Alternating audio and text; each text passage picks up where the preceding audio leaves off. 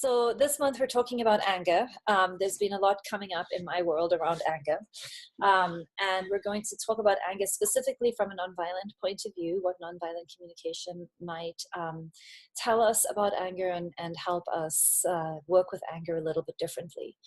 So I'm going to do a little bit of basic overview of how we think about anger using a nonviolent lens. And then if you have specific places where you're getting stuck or specific nuances that you'd like me to speak to, go ahead and send me a chat or raise your hand and I'll, let me see if I can get my participant thing up there. There we go. You can raise your hand and I'll get you online and we can have a bit of a chat. So the first thing that I want to say about anger is that we do culturally, I think, need to make peace with anger.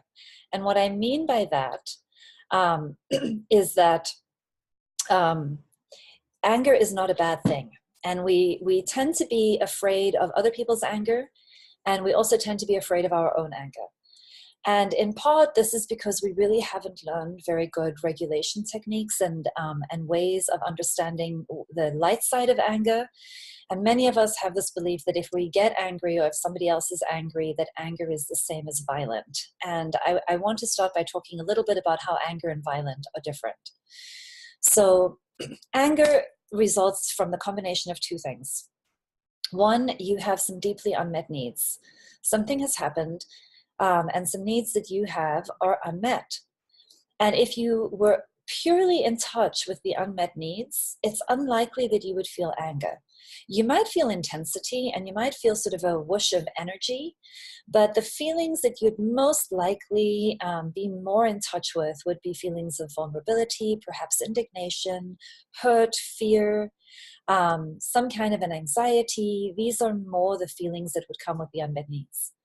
But what we do with our unmet needs is that we layer on top of them a lot of thinking about either what is wrong with myself or what is wrong with this other person. And the degree to which I'm focused on everything that is wrong with them that they should or shouldn't have done, I'm going to be angry.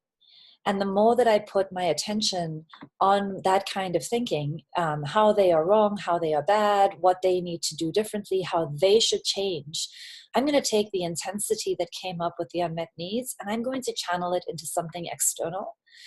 And I'm going to be more likely to want to use some kind of force to get somebody else to change. Okay? Some of us turn anger internally. And when I turn it internally, it actually converts more into guilt or depression than anger.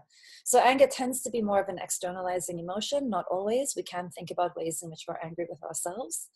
And then when we're using force to try and change somebody else, we're getting far closer to some kind of a violent intervention that while it often makes us feel better in the short term, it can be cathartic and we can feel justified.